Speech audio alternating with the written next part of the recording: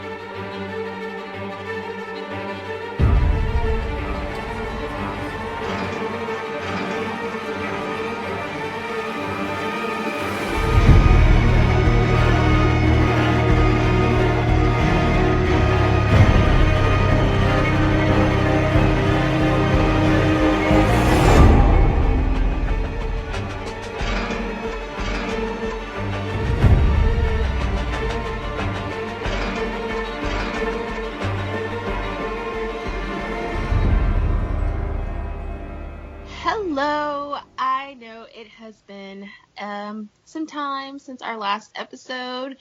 I was sick and I would have sounded like death, but I'm really excited to jump back into our Walking Dead podcast recap with my amazing co-host Mel. Hi. And yay, this week we have Jamie. Yay! Glad to join you guys on this recap. I love your recaps. Listening to the last couple episodes, it's just so fun to hear you guys use terms like pomegranate and chill.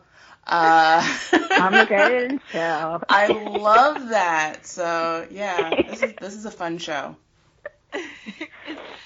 It's fun and it's engaging, and I love the feedback on Twitter where people say it's one that they can relate to. Yeah. I do love hearing that. So true. We try to keep it funny. I mean, we do, because you gotta laugh. It's dark. It's the apocalypse, People are getting eaten and killed, and zombies are, eating up folks, and then they're getting killed themselves, having a second death, if you will. So yeah, you gotta add a little bit of levity to that, because it is a pretty dark show. God, do you remember when zombies were our biggest problem? Those were the good old days. Those were the really nice days. Yeah, the golden days. I miss those days. Yeah, I miss those days too. Trumpocalypse happened. Oh God. So that's what happened. Yeah, Negan shows up, Donald Trump is elected president. What kind of world are we in now? It just feels so morbid. That's what I was saying before. It got real fast. Yeah. Too real. Oh, goodness. And what's funny is that Jeffrey Dean Morgan has such a contempt for Trump, and I really think it's because in his mind, he's had to go there on how crazy a person has to be. So he's like, dude, why? So JDM is definitely, as much as we all hate Negan, we do know where he stands, and we do love him for that. So yeah, I'm trying. I know I'm pretty sure he's a nice man, but still, I'm still at the point that if we meet in these streets, it's not going to be pretty. It's just not. I feel some type of way. Is anywhere near you. I feel some type of way about Jeffrey Dean Morgan, and Negan especially, because Negan in the comics is just ugly, he's not attractive at all. But Negan, the TV character, I am physically attracted to him, and I don't know how to process that. When you said some type of way, I'm like, is it R-rated for, like, sexual tension or R-rated for violence? Which one are we talking about? Some type of way. But yeah, I feel like a lot of people feel that. And I'm still R-rated for violence. So yeah, I do not see the attraction. I can't. He's played these a-hole type characters so well. Yeah. Like that charming a-hole, which is the worst. Except for Grey's Anatomy, Denny was a nice guy through and through. He was a nice guy. Good. Yeah. He was That's why he died. Oh my god. All his evil characters live. Yeah. Lord have mercy. Good point. I can't. Yeah, we ended up getting Izzy for a few more seasons. So yeah, I kind of feel that. Okay. All right, Walking Dead. Walking Dead. So last week's episode. Last week's episode was all about everybody's favorite character. Daryl I know Dixon. it's Kayla's favorite character. Okay, you know what? Okay. Is that who we're talking about, Daryl? Is that? Yeah. Yeah. Can I be honest about Daryl for a second? I get why he has such a huge fan base, because let's be honest, the Walking Dead audience, a large contingent of their demographic is like the redneck crowd. That's what it was at Walker Stalker. It literally was. This is why I didn't want to go on the cruise. It is the redneck crowd. That's who Walking Dead caters to a lot of the times. And so, yeah, I can understand why Daryl Dixon is the fan favorite of the show. But I don't know, for a lot of us here in the BGN community, it's Michonne or even other characters. But Daryl just seems like another character to me. He doesn't seem that prolific. I will say the first few seasons I did, it wasn't like I'm not if Daryl dies we riot. I'm not one of those. I did like him. It wasn't an attraction thing that these people are having. He constantly looks like he can't see out of his eyes. He looks like he is in a constant state of being allergic to something. His eyes are swollen. It bothers me so bad. So I'm like, where's the attraction? Is it because it's a bow and arrow? I don't understand. He's rough and rugged. Yeah, the bow. Yeah, the bike. Yeah. The looking like, he always needs a shower. Yeah. Yeah. The Trump supporter, the Trump supporter starter pack. Exactly. That's what. Look, Daryl Dixon would have voted for Trump. He would have totally voted for Trump. Oh my God. In this election. Let's keep it honest, the y'all. Daryl fangirls are gonna eat us. But where's the lie? His brother Merle was a flat-out racist. And I'm not just saying, well, just because his brother's racist that he would be racist too, but I feel like he, for his own personal reasons, would feel an attraction to voting Trump in his own self-interest. I don't know. If he did vote. If he did which vote. I very much doubt he did. Even if he was eligible to vote, because I feel like Daryl's probably got a record. Voting type. Yeah. Yeah.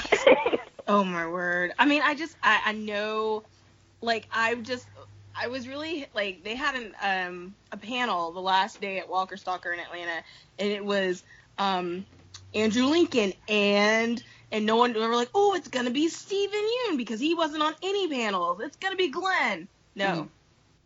It was Daryl. Oh, people must have lost their minds. I didn't go the second night. Deandra went, and she texted me, and she said, it's Daryl. And I'm like, well, I didn't miss anything today, so I'm good. Just time to walk right back out that room. So good. Pretty much. Pretty much. It's worth it. I guess it all depends on the person, because seeing the cast at San Diego Comic-Con, I had attended a press conference and saw all the cast members. I was fangirling and going starstruck over seeing Denai Guerrera. I was just like, oh my God, I'm in the same room as this woman. And here she is, just a few feet away. I was freaking out seeing her. But all the other cast members, I was just and then of course, Stephen Yoon, I was freaking out too when I saw him. But all of the other guys, even Andrew Lincoln, which I took a selfie with him, I was just like, oh, hey, what's up? It wasn't a big deal. I'm different. I would Andrew. I was like, I'll go see I Andrew. would. Because I've had a love for him since He's Love Rick. Actually. Oh my god. Yeah. And I He's mean, nice. he was the guy. No, who he was didn't so get creepy girl. in Love Actually, though. He's so creepy. Okay, That I was like his that. best friend. His best friend's girl. And he went over there with signs to tell her he loved her. His best friend's girl.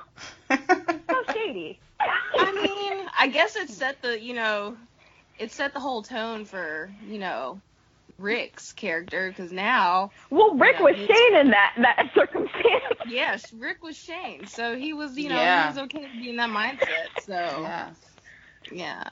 So it was good to see poor Rick. It was good to see that Rick and Michonne, got some this last episode. Michonne lives. But at the end of the episode, I don't think Rick and Michonne is going to be hitting the sheets for a while. No. I mean, no. Who could in this environment? There's just... But you need that release. There's nothing left. I mean, you need that release to kind of feel like some sense of humanity is left, and by having intercourse with someone, that helps. And I love the relationship that they do have, but I think now, after, Michonne feels like she's been stripped of everything, including her katana at this point, she's just like, I'm through with you, Rick. I'm not even dealing with you right now. She still has the katana. She still has a katana? The gun. I'm sorry. Yes. The gun that they took away. Yeah. Yeah.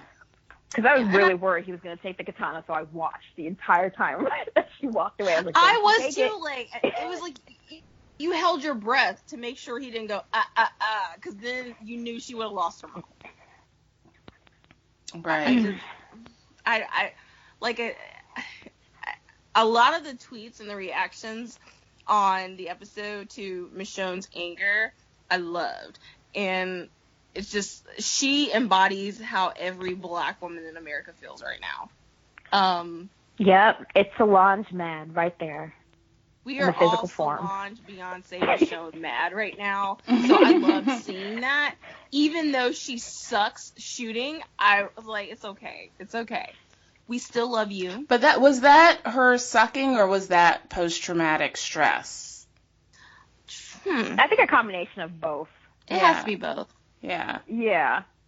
Because I don't think she had very much experience shooting anyway before this, so it was realistic for her to be bad at it. True. That's a good point. Yeah.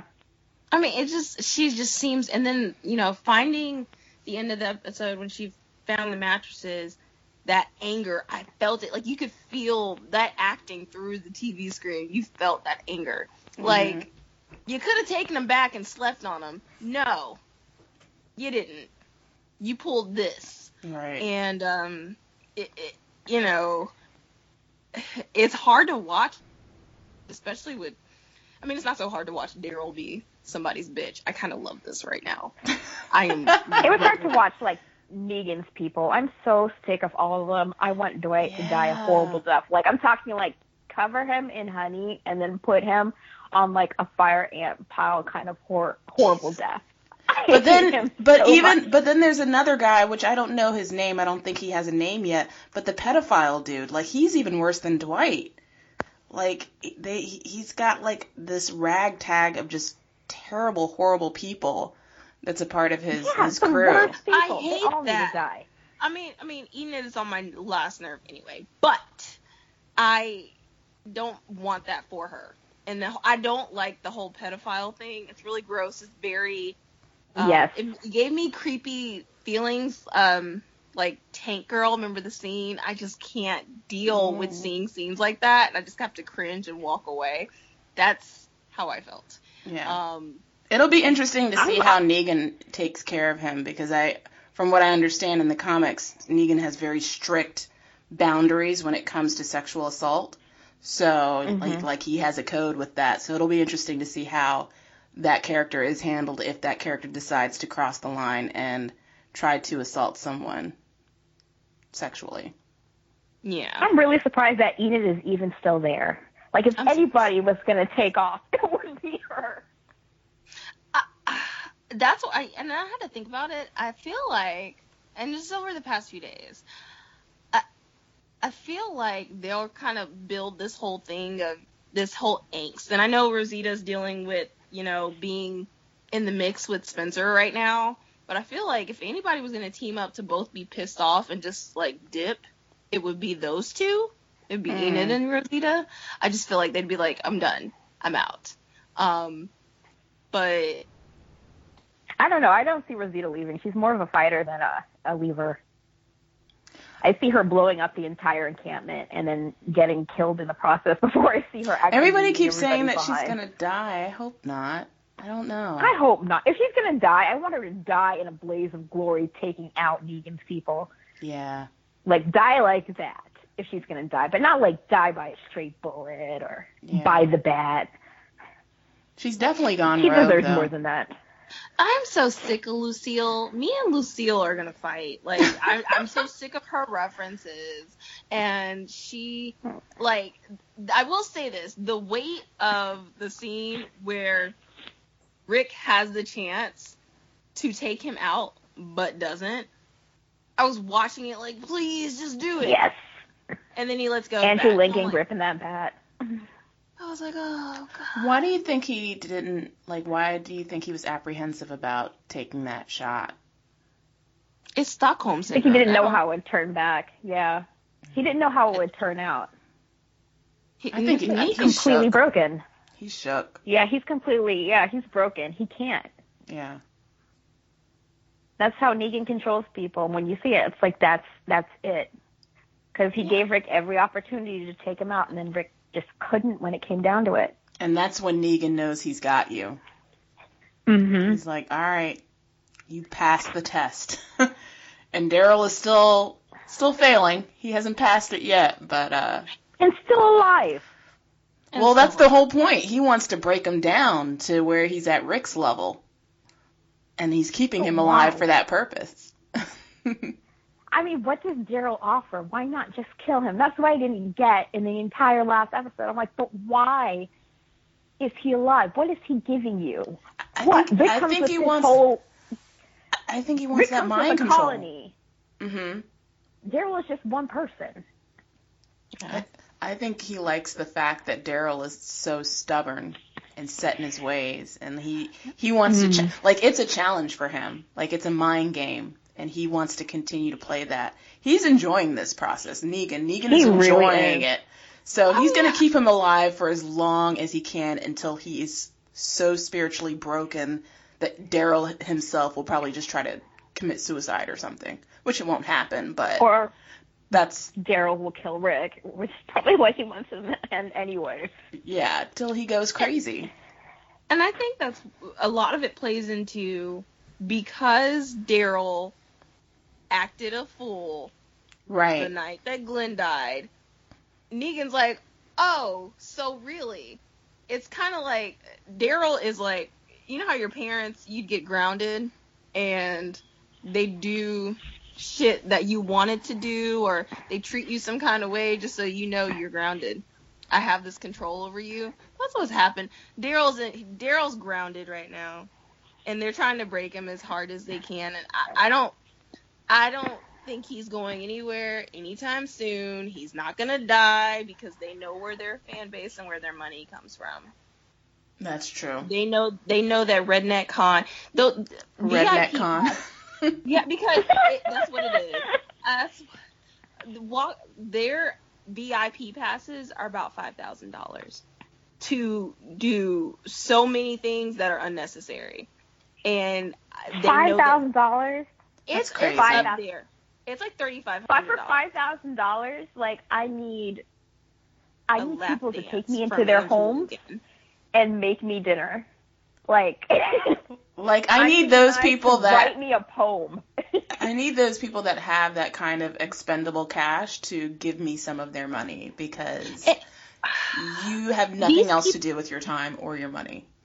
And I was just sitting there flabbergasted that these people, like they were calling for these people. You get to sit the first 2 rows at a panel. That's all you really get to do, and then you get to take pictures with people. It's never that serious, but they know where their money is coming from, so they're not killing off Daryl anytime soon. He is here to stay, and he will be here till the time because they know exactly who's spending this money. I saw so many Daryl T-shirts on people with missing teeth. I was so flabbergasted. I have a lot of content. I told you about this, Mel. Okay, we discussed this in the first episode and how I felt about it. So, I mean, it's funny too. There's a lot of what was really cool is there was a lot of Carl cosplay because I can't stand Carl, but and you know I love Carl. I love crazy Carl. Pull out a gun, fire on. Carl is so just completely out there. I want to whoop his behind for what he pulled on Sunday. I love him. The spiritual son of Shane. Just be as crazy and as you want to be, Carl. Shane has kids. That was really cool to actually hear Rick make that confession that Shane is in fact Judith's daughter or father rather. That hurt me. I'm just like I'm glad he's finally come to terms because he's been in denial for so long. So it's good for him to finally get that out.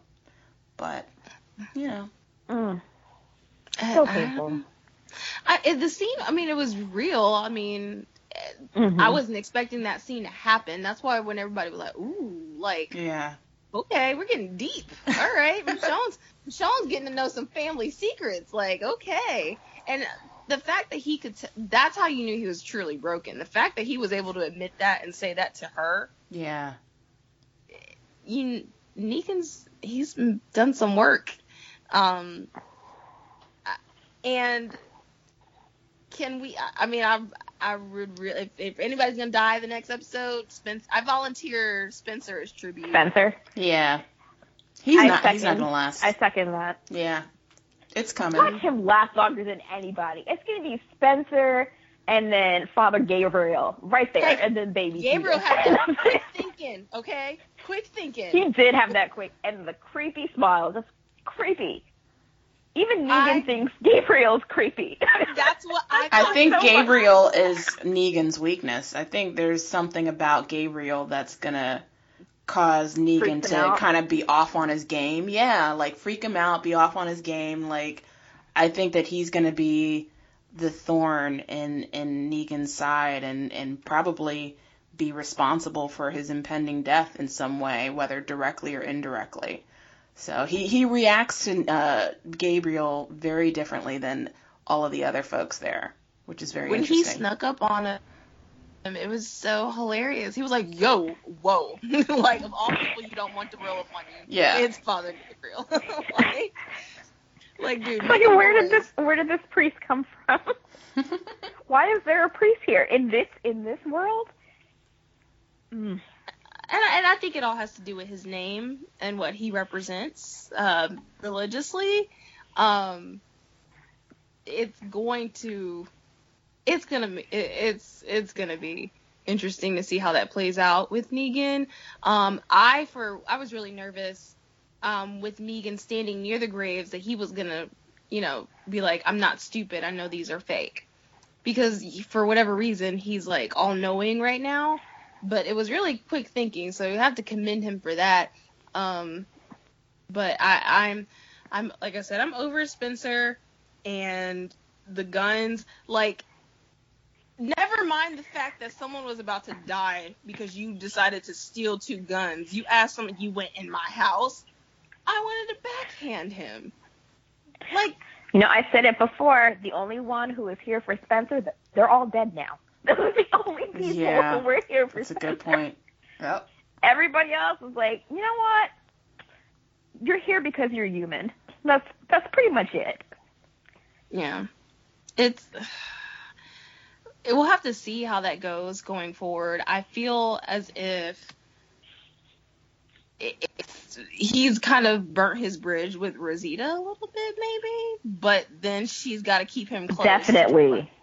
To keep her eye. I don't think she wants anything to do with him because he could have told her about the guns, like she said, before she went over there and was all badass with the zombies. He could have said something, and he said nothing. Plus, he almost got her killed by yelling her name in the woods. Who does that in this world? Didn't we talk about this in the finale? People just yelling in the woods. in this world, why are they always doing this? I feel it's been so long.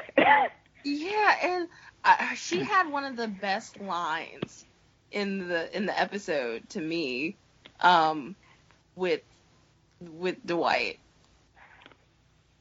and the hat. Like, she was like, well, I was killing your friends. I was like, huh, well, rude, but I get it. I understand. That's where she's at now. So it'll be funny to see if her anger translates to Sasha's anger. I'm waiting for it. Yeah. I hope. Where is Sasha? She's at the with Maggie at the other one with the doctor. Oh, okay. What do you call the other settlement? Yeah, Jesus' place. Oh yeah. Yeah, she went with Maggie to take her there. Mel, we get your favorite episode. We get your favorite character this episode coming up. And his wig. Oh yeah, Jesus and his struggle wig. Yeah, I can't wait. I'm so excited. So excited. Yes, I'm ready to see the wrath of Maggie and Sasha right now. That's what I'm excited to see. It's like if Michonne is quiet Solange mad, then Sasha is Beyonce in the parking garage mad. Like, I need to see that right now. I need it. I wonder if she's going to be that way, though, because she suffered a loss before. So, I feel like at this point, maybe she's just jaded and just feels no emotion at this point. Yeah, we asked her a few questions at the convention and was like, yeah, so they were like trying to figure out what's she going to be like. And she's like, they were asking like, is she furious? She's like, well, I mean, I've had to go to a few places in acting, but none so far as this. So I'm thinking she's going to be pretty angry. Yeah. Because what does she have left except that? That's it. Yeah, I don't know. I felt like she had more of a closer relationship with Bob than she did with Abe. And if anything, I would expect her reaction to be more furious towards his death than Abe's. But I don't know. Maybe she'll be like, this is the last straw. I'm tired of my boyfriends dying. I think it's more so that she allowed herself or convinced herself that she could be happy here. Like, she could be happy, she could be safe. And then to have that ripped away so violently, she's not going to react well to that. Well, we see how Rosita's more reacting. Of the safety and the future. She thought, possibly we could have a future here in Alexandria with this weird ginger. And then it was just all gone. It's back in the shit. We'll see. Yeah, I think that's going to be interesting to see. Because, like you said, she's had so many losses now. Sometimes people just become numb. So she really could just become... she could shut down. Mm-hmm. So that'll be interesting to see as well. So I'm excited for the next episode. I know what they're gonna do. We're gonna be like, ooh, we're gonna see angry Maggie and everything else. Maggie needs to stay calm. They're gonna really drag needs to it stay out. calm. I agree with they're that. Gonna drag it out and with that say, baby. We'll see you. Yeah. They'll no, be like, yeah. Maggie needs to yoga and some meditation. Go make a Zen garden, something. No, stay calm for that baby. Listen to some Enya. She needs to get the barbershop quartet to sing her something. And Ezekiel to come by with some pomegranate. Just not the song, the song that Daryl was listening to in the jail. Just not that God, one. no. No. Absolutely not. Oh, that would be horrible. And but I'm excited to see more Ezekiel too. That's why I think it's going to be, and a lot of people have said it, that I saw one theory is like the one, like you said with Father Gabriel, the ones with biblical names will be the downfall of Negan. I'm like, that would be really freaking cool. I could kind of sign off on that, because even though I hate Ezekiel's wig and it's giving me Maul Flanders, Morgan Freeman flashbacks, I hate it. It's a terrible wig. It's terrible. Oh my god. Why can't they get wigs right on the show? There's not one good wig. There really isn't. Because they give all the money goes to blood and guts. It all goes to that. And maintaining Carl's mane. That's where all the money goes. Carl doesn't need any help for that hair. He is fine. He uses sulfate-free shampoo. He has black people secrets for that hair. And it's like you see Carl's hair, and then you go see Jesus' struggle wig, and it's just not fair. It's not. I don't understand. I'm not You even people trying. I just wonder, are there any black folks in the hair and makeup department? That's probably what is the issue there. No. So it's like you have thousands of dollars to make Glenn's eye look realistic in this scene before we bust his head in, and you have $50 for that wig. So like, make it work. Mm-hmm. And then that's it. And they're like, okay, we're gonna go to this swap meet place, and we're just gonna buy whatever they have in the color that we need. Ezekiel's struggle wig. Oh God. I mean, and I was like, he got like. Well, I'm just saying though. At least he's getting in good with Carol. Carol needs it. She does need it. Carol needs some help. Which Carol needs to find out what happened though. True. Like that's gonna be so interesting. Like that's an episode where we're glued to the TV to see when she finds out everything that happens. It's gonna be because she's very militant now. Do you think she's gonna go like all Sarah Connor and go after Daryl and try to rescue him? Who even knows? Just plow through all of Negan's team. Just kick some ass. I mean, I could see it. Like she really is the Terminator. Possible. Yeah. She has nothing left to lose. She really doesn't. Yeah. Once your child is gone. Mm-hmm. Yep. Then you kind of I feel like that's where Sasha's gonna be too. Sasha's lost everybody. So once you've lost everyone, what else do you have left? What do you have to live for? And especially during that time, dealing with every danger that is available to get you, it's like, well, damn, you know what? If I'm gonna go out, I'm gonna go out, and I feel like that's where Carol is. So, I mean, she's got her nice Carol house. and Daryl. Sorry, Carol and Daryl have known Glenn the longest, and then now Daryl has to live with his part in that. Plus, the idea that Maggie's dead because of that also. And then Carol, when she finds that out, that, not only is Glenn dead, Daryl is in God knows what kind of circumstances. That's a lot to take in. All this happened because you left. And imagine what would have happened if you had stayed. And she's going to have to live with that. See, that's going to be... I don't know. I don't think Daryl's going anywhere, and I think maybe Carol will be the one to save him, but she'll have some kind of help from somebody. Maybe Ezekiel's tiger will eat everyone. Who knows? I'm still tripping that they're giving them tainted meat, but I love it. It's so awesome. Have they just never gone into the kingdom? I am so surprised that Ezekiel still has that tiger. They must have not went in the settlement at all. It's so nice in there. Yeah, and they would have taken his tiger if they knew about it, I'm sure. Yeah, everything is so... They have really nice clothes, nice bed, nice food. And then it's like Negan's people didn't take any of that stuff. They haven't seen it at all. That says a lot. They didn't burn their mattresses. I wonder if Ezekiel has something over Negan where he doesn't cross that line. I don't know. They got happy pies up in that place that make people happy all the time. I don't know. And they got pomegranates. I want to be happy. Yes. I want to live in the kingdom so badly. Right now, let me live in the kingdom. I am good.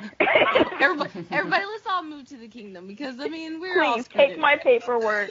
I'm ready to sing. Bring me my lunch cobbler. Oh, God, cobblers and pies. I'm drinking that Kool-Aid. I'm watch. Drinking it. They're all going to be wearing really nice Nikes and everybody's going to die at the same time. That's what's going to happen. It's so creepy to me. I don't know. It's just creepy, and I still want to be there. It's like the safest place that I've seen in this universe so far. So if we're not going to make it to Canada, which I've been saying since season 1, I'm like, we all need to drive to Canada. Keep driving till we hit snow. If we're not going to do that, then I want to live in the kingdom. Mm. True. With pomegranates and fireplaces. So. Lunch cobbler. Little I don't singing. want the cobbler. Something's in that cobbler. I don't know. It's Xanax. It's probably Xanax is in that cobbler. It's Xanax. Or, I mean, if we're going to be real, this isn't a mythical... Pot and cobbler. Yeah, it's pot and cobbler. It's something. It's happy food. They probably do have pot in the kingdom. That's why Ezekiel's so chill. Really? We're going to play that game? That's why he is so chill. Like, that he probably shared it with Carol. It was like, you know what, this will help you. You need this. Like, relax. So this is why she is feeling a little bit more relaxed now. But I'm excited to see where this is gonna go before they take their break like they always do. Isn't this the break though? I thought this was the last episode. The one, I think this Sunday coming up is the last episode. Yeah, this Sunday coming up is the last one. And then they'll do their break where they won't come back to what? February, March, around that time. Because it comes back usually when Game of Thrones starts up again. Yeah, Game of Thrones, I think, usually starts around April.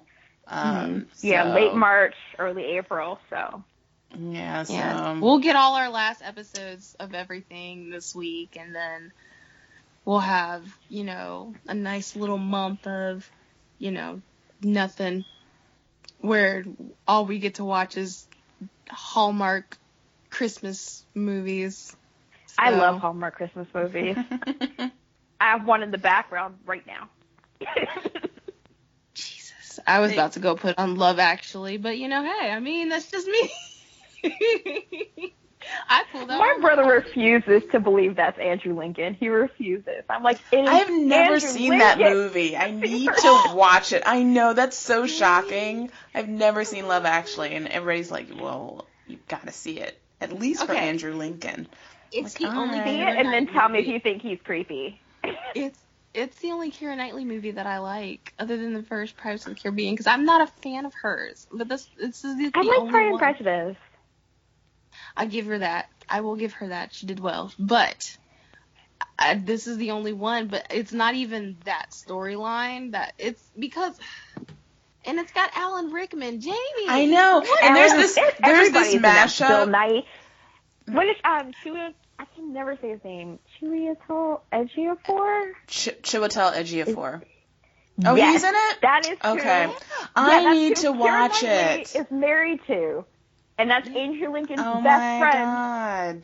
I need to watch Love Actually. It's so funny because there's a mashup on the internet of Chris Matthews. Chris Matthews is the host of Hardball, and he's like a political pundit. And in this mashup, it's him and all of these previous episodes that he's done over the last few years where he references Love Actually. And it's like 20 different times where he says, you gotta check out Love Actually. And in Love Actually here, like, he's a huge stan, apparently, for that movie. So, I need to check it out. It's so good. And it's got, Martin, what's his name? It has, Colin Firth in it, Martin Freeman. It's like all the big English all of the hot actors. Brits. Okay. All the Hugh hot Grant Brits is in it. Just all of them are in this Thompson. movie. Yeah, it's great. It's really good. And it's like... you have to give it to Oh wait, hold on. The kid who plays Jojen Reed is in it. Oh wow. Oh, and the girl who plays Olivia Olsen who plays Marceline in Adventure Time is in it when she was little, like a little baby. She's so cute. It's so amazing. Everybody was in this movie. Everyone's in this movie, Jamie. Get on this movie. Andrew Lincoln, Rick. Is it on Netflix? They might put it back. They put it on every Christmas, so it'll. Okay. Well, then I'll probably just DVR it on my cable provider. Yeah, You should PBS show will up. start showing it. Well, don't know, because then she's not gonna get to see Martin Freeman naked. Oh yeah, Oh, that whole. I don't want to watch They censored. usually cut that. It's so They cut that whole subplot out usually, and that Yeah, you was don't actually a get to see cute any- story. It's actually really sweet. I don't like the girl's voice. Yeah. Like, it really annoys me. But it's really sweet. Like, all the storylines are just so cute, even though he's a little stand-in porn guy. So, yeah. I love how we've just wandered don't on watch to it with talking your about parents. Love Actually. because of Andrew Lincoln, it's all his fault. It's the holidays. It Crazy all Andrew goes Lincoln. Oh, goodness. All right, so before we just go even further into the holiday season, we'll do one last episode, but it won't be until after the holiday break, right? I think Well, so. we can upload the last episode of the Walking Dead recap. Yeah, we could do that. That's fine. Okay. It's just the BGM podcast is, Yeah. Okay. Just want to make sure. Okay. Yeah. So we'll do one last one that you guys will get. We'll try to get it up Yay! really soon so you guys can listen to it, so you don't have to listen to your family members next week. So we'll try to help you out that way, because I know not everybody's going to be in the holiday Thanksgiving spirit. So we'll give you another Walking Dead recap. Yay! Yay! It might take a little while because I'm going to be on a plane during The Walking Dead this Sunday, but we'll get it. Yeah, we'll get it up. Stupid planes don't show The Walking Dead, sadly. Yeah, they need to get on that. Really? You Like, see they gotta live cruise. television on planes. Like, that should be a thing, Well, you know AMC live streams it. If you have like DirecTV, you can log in and it'll live stream it, so you might be able to watch it like over the Wi-Fi. Oh, God, I'm not going to pay for airline Wi-Fi. No. It's so much money. Yeah. And it's spotty. I don't do airplane Wi-Fi. I can't. They actually, if depending on who your mobile, I have T-Mobile, so they let you have like 2 hours for free, depending on your flight, which is really nice. That's nice. So, yeah. T-Mobile is nice. I have Verizon. Verizon doesn't give you anything extra. Yep. They don't. Same. Like, we already got you here, so we don't really have to do anything for you. Oh, goodness. Well, we'll get this episode up as soon as possible so that you guys have something to talk about with your family, since Walking Dead will be on a hiatus. And I have been really enjoying this. Jamie, thank you so much for coming on this one with us. Thanks so Yay! much. This was fun. Loved it. All right. I am Kayla. I'm Mel. And I'm Jamie. Thank you so much for listening to our really awkward VGN podcast of the Walking Dead recap. Thank you. Hi. Thank you.